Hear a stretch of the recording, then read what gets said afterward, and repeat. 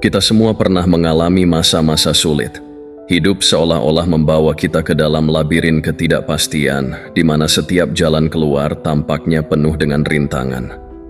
Ada saat-saat di mana kita merasa sendirian, seolah-olah tidak ada yang mengerti apa yang sedang kita hadapi, dan pada saat itulah orang-orang di sekitar kita seringkali membuat asumsi. Mereka berpikir bahwa kita akan menyerah, bahwa kita akan datang memohon bantuan, tapi mereka tidak melihat kekuatan sejati yang tumbuh dalam diri kita selama proses itu. Dalam filosofi Stoik, salah satu prinsip utamanya adalah pengendalian diri dan ketabahan. Stoikisme mengajarkan bahwa segala sesuatu dalam hidup yang kita hadapi, baik atau buruk, adalah bagian dari jalan menuju kebijaksanaan. Lebih dari sekadar bertahan dari tantangan, Stoikisme mengajarkan kita untuk tumbuh dari mereka, menemukan kekuatan sejati yang tersembunyi di dalam diri. Melalui pengalaman ini, saya akan membawa Anda untuk menggali lebih dalam bagaimana kita bisa bertindak dalam situasi sulit, bagaimana kita bisa melawan ekspektasi negatif orang lain, dan bagaimana kekuatan mental yang sejati terbentuk ketika kita memilih untuk berjalan pergi, bukan sebagai orang yang lemah, tetapi sebagai seseorang yang jauh lebih kuat.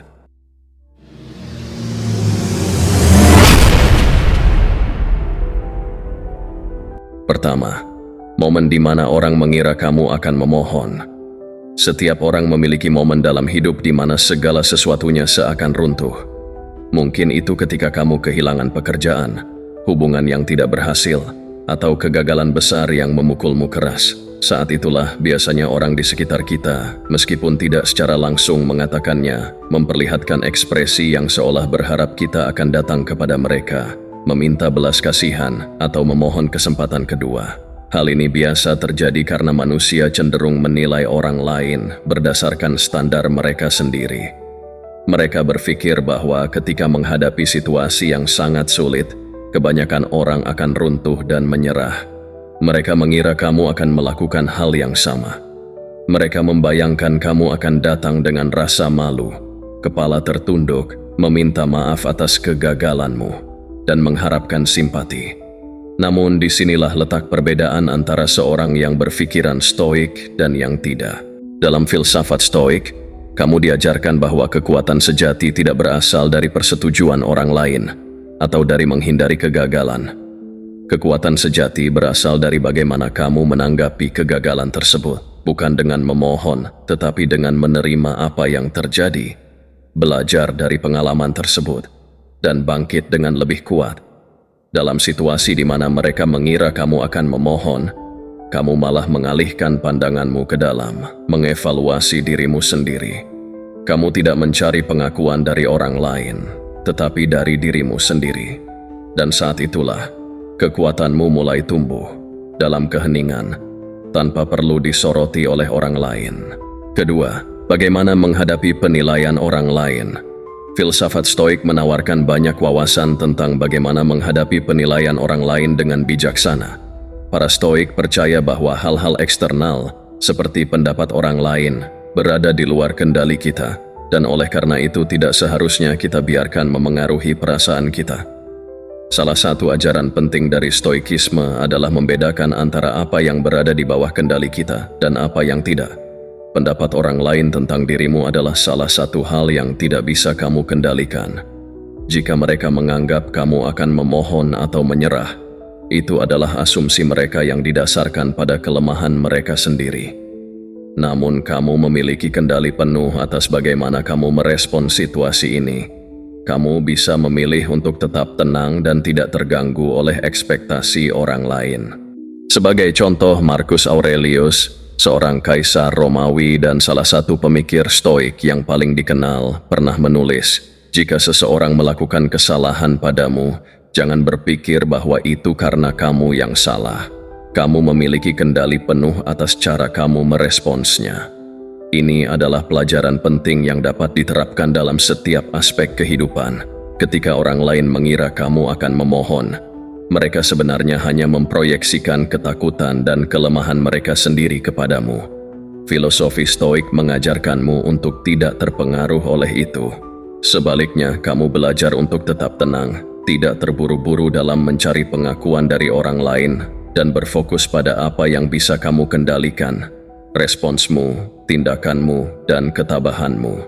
Ketiga, kesalahan yang dibuat orang lain saat menilai kamu. Salah satu hal yang sering kita temui dalam kehidupan adalah bagaimana orang lain cepat menilai kita berdasarkan apa yang mereka lihat dari luar. Dalam banyak kasus, penilaian ini keliru.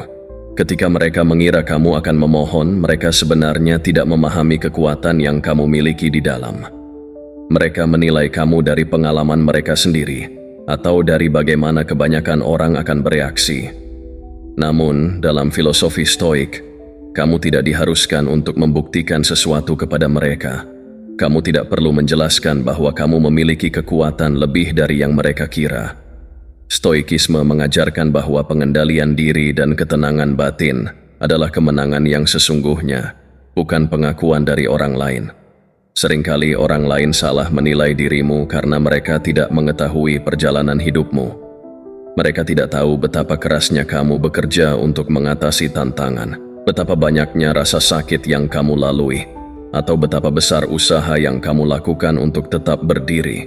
Ketika mereka salah menilai, ini menjadi momen untuk dirimu membuktikan bahwa pengakuan eksternal bukanlah yang kamu cari. Kamu hanya butuh pengakuan dari dirimu sendiri.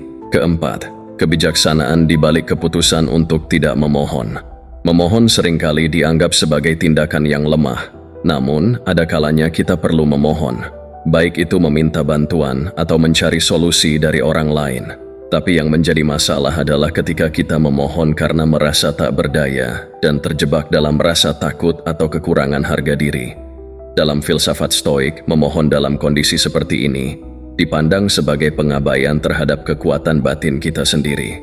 Orang Stoik lebih memilih untuk mencari kekuatan dari dalam, menghadapi tantangan secara langsung, dan menolak untuk tunduk pada keadaan yang merendahkan harga diri. Keputusan untuk tidak memohon dalam situasi tertentu adalah manifestasi dari keberanian dan kepercayaan diri yang sejati. Ketika kamu berjalan pergi tanpa memohon, kamu mengirim pesan kepada dunia bahwa nilai dirimu tidak ditentukan oleh persetujuan orang lain atau oleh keadaan yang tidak menguntungkan. Kamu telah belajar bahwa kekuatan sejati terletak dalam bagaimana kamu merespons kesulitan, bukan dalam bagaimana orang lain mengharapkan kamu untuk bertindak. Kelima, proses menemukan kekuatan batin. Salah satu pelajaran terbesar yang dapat kita ambil dari Stoikisme adalah pentingnya kekuatan batin. Epictetus, salah satu filsuf Stoik paling terkenal, pernah berkata, "Manusia tidak diganggu oleh hal-hal yang terjadi, tetapi oleh pandangan mereka tentang hal-hal tersebut." Dengan kata lain, bukan keadaan yang menentukan kebahagiaan atau penderitaan kita, tetapi bagaimana kita melihat keadaan tersebut. Dalam menghadapi situasi di mana orang lain mengira kamu akan memohon, kamu memiliki dua pilihan. Kamu bisa merespons sesuai dengan harapan mereka, atau kamu bisa memilih untuk mencari kekuatan batin dan berdiri teguh. Proses menemukan kekuatan ini seringkali dimulai dengan introspeksi, evaluasi diri, dan kepercayaan pada kemampuanmu untuk bertahan menghadapi apapun yang terjadi. Kekuatan batin bukanlah sesuatu yang bisa ditemukan dalam sekejap. Ini adalah proses yang membutuhkan waktu dan kesabaran. Namun, setiap langkah yang kamu ambil dalam perjalanan ini membuatmu semakin kuat. Kamu belajar untuk tidak tergantung pada pendapat orang lain, dan mulai menyadari bahwa harga dirimu berasal dari dalam. Keenam, menyadari kekuatan dari kegagalan. Dalam kehidupan, kegagalan sering kali dilihat sebagai akhir dari segalanya. Banyak orang merasa terjebak dan putus asa ketika mengalami kegagalan. Dan inilah momen di mana mereka sering kali merasa perlu untuk memohon kesempatan kedua atau bantuan dari orang lain. Namun, dalam filsafat Stoik, kegagalan justru dipandang sebagai salah satu guru terbesar dalam hidup. Ketika kamu menghadapi kegagalan dan memilih untuk tidak memohon, tetapi sebaliknya menerima kegagalan itu sebagai bagian dari perjalanan hidup, kamu telah mulai menemukan salah satu kekuatan paling mendasar dalam dirimu. Stoikisme mengajarkan bahwa kegagalan bukanlah sesuatu yang harus dihindari atau ditakuti. Sebaliknya, kegagalan adalah sebuah alat untuk belajar dan tumbuh. Ketika kamu berjalan pergi dari kegagalan dengan kepala tegak, bukan sebagai orang yang kalah, tetapi sebagai orang yang lebih bijak, kamu menunjukkan kekuatan sejati. Salah satu konsep utama dalam stoikisme adalah amor fati, mencintai takdirmu, termasuk bagian-bagian yang menyakitkan. Ketika kamu bisa merangkul kegagalan dan tidak membiarkannya menghancurkanmu, kamu menunjukkan kepada dunia bahwa kamu lebih dari sekadar hasil dari satu kesalahan. Kamu adalah pribadi yang terus berkembang, tidak peduli berapa kali kamu terjatuh. Dalam pandangan stoik, kegagalan bukanlah kekalahan, itu adalah langkah menuju kemenangan yang lebih besar. Kamu mulai menyadari bahwa setiap kegagalan membawa pelajaran yang berharga. Saat orang lain berharap kamu akan menyerah atau memohon kesempatan kedua, kamu malah mengambil pelajaran dari kegagalan tersebut dan menggunakannya sebagai batu loncatan menuju kekuatan yang lebih besar. Kamu belajar bahwa kegagalan tidak mendefinisikan dirimu, tetapi bagaimana kamu merespons kegagalanlah yang akan membentuk siapa kamu sebenarnya. Ketujuh, menemukan ketangguhan mental di tengah rasa sakit. Rasa sakit adalah bagian tak terhindarkan dari kehidupan manusia. Baik itu rasa sakit fisik, emosional, atau mental, setiap orang pasti pernah mengalaminya. Namun, bagaimana kita merespons rasa sakit itu yang membedakan seorang stoik dari orang biasa. Filsafat stoik mengajarkan bahwa rasa sakit adalah sesuatu yang bisa kita atasi, bahkan bisa kita gunakan untuk menemukan ketangguhan yang lebih besar dalam diri kita. Ketika kamu berada dalam situasi yang menyakitkan, baik karena kehilangan, penolakan, atau kegagalan, orang-orang di sekitarmu mungkin berpikir bahwa kamu akan menyerah. Mereka mungkin berharap kamu akan memohon agar rasa sakit itu hilang. Tapi dalam momen inilah ketangguhan mental kamu diuji.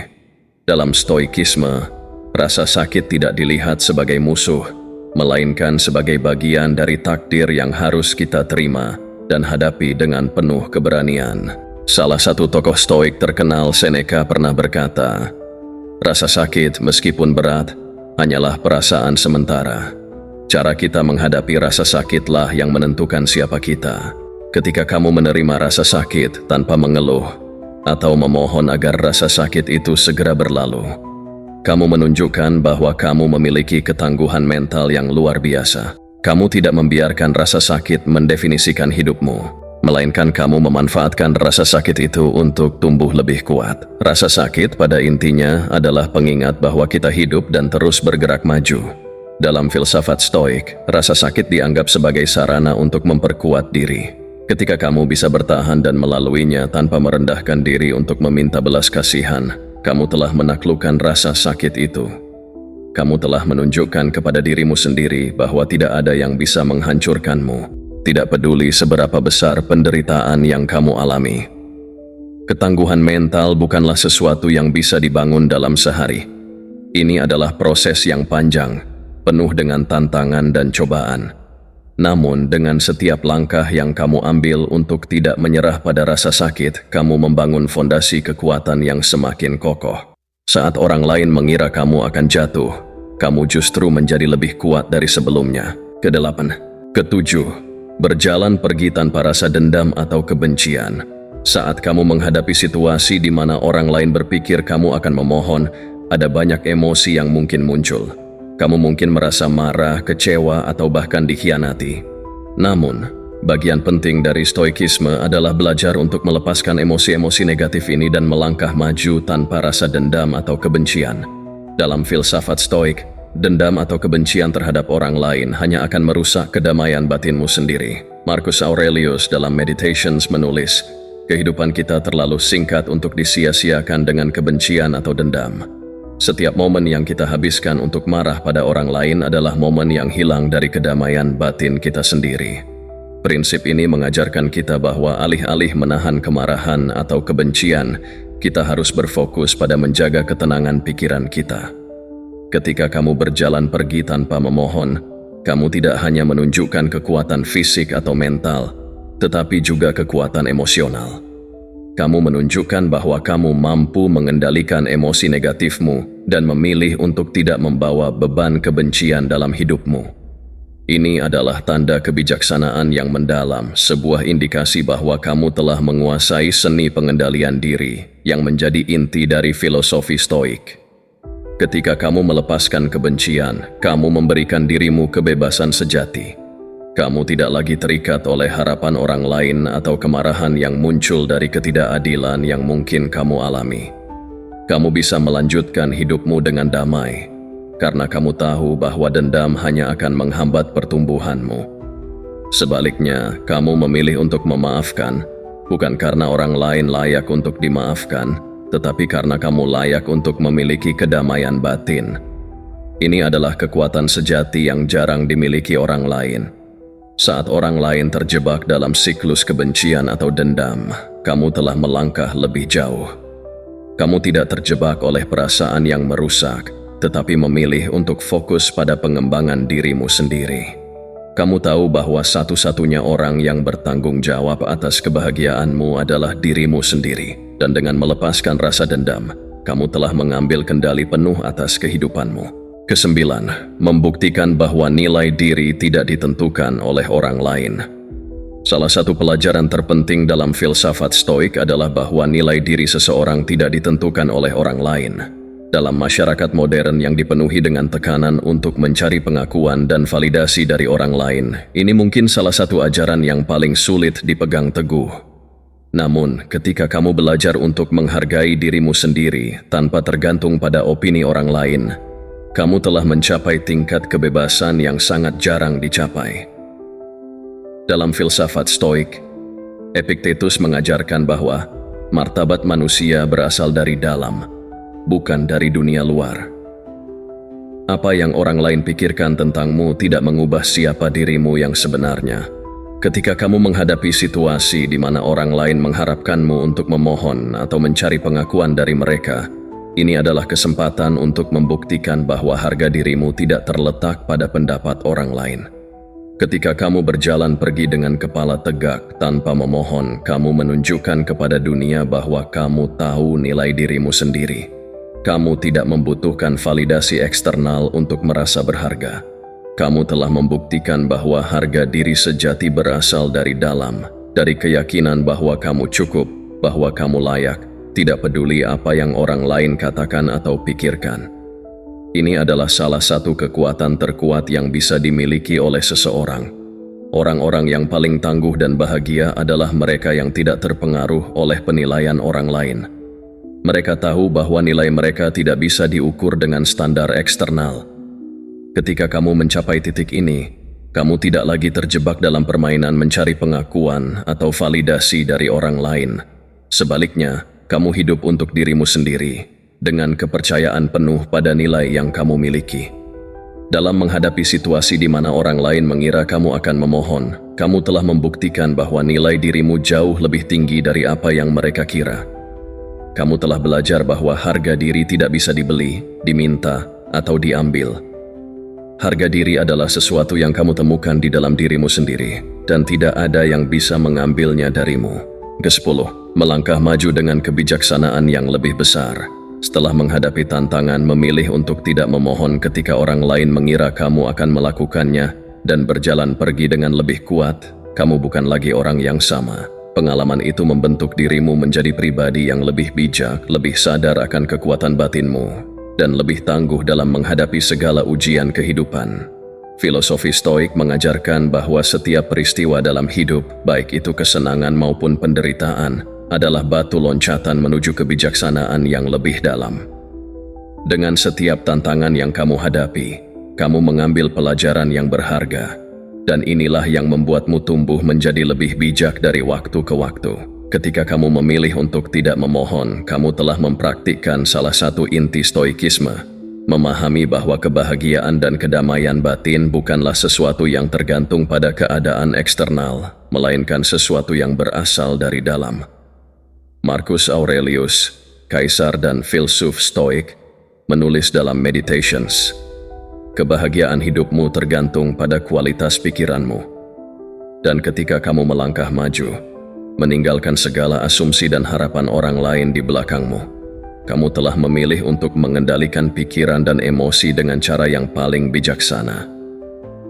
Tindakanmu ini bukan hanya membuktikan ketangguhanmu, tetapi juga menunjukkan bahwa kamu telah mencapai tingkat kedewasaan yang lebih tinggi dalam hidupmu. Kamu sekarang memahami bahwa dunia ini penuh dengan kesalahpahaman, ekspektasi yang salah, dan penilaian yang keliru dari orang lain. Namun, semua itu tidak relevan dengan siapa dirimu yang sebenarnya. Sebagai seorang stoik, kamu menyadari bahwa fokus utamamu adalah pada hal-hal yang bisa kamu kendalikan, pikiranmu, tindakanmu, dan bagaimana kamu menghadapi hidup. Kebijaksanaan yang kamu dapatkan dari perjalanan ini juga membuatmu lebih mudah menerima segala sesuatu yang terjadi dalam hidupmu, baik itu keberhasilan atau kegagalan.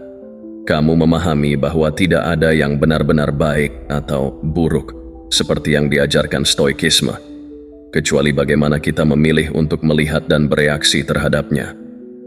Ketika kamu menanggapi kegagalan dengan sikap yang tenang dan penuh penerimaan, kamu menunjukkan bahwa kamu telah mempraktikkan kebijaksanaan stoik yang sejati.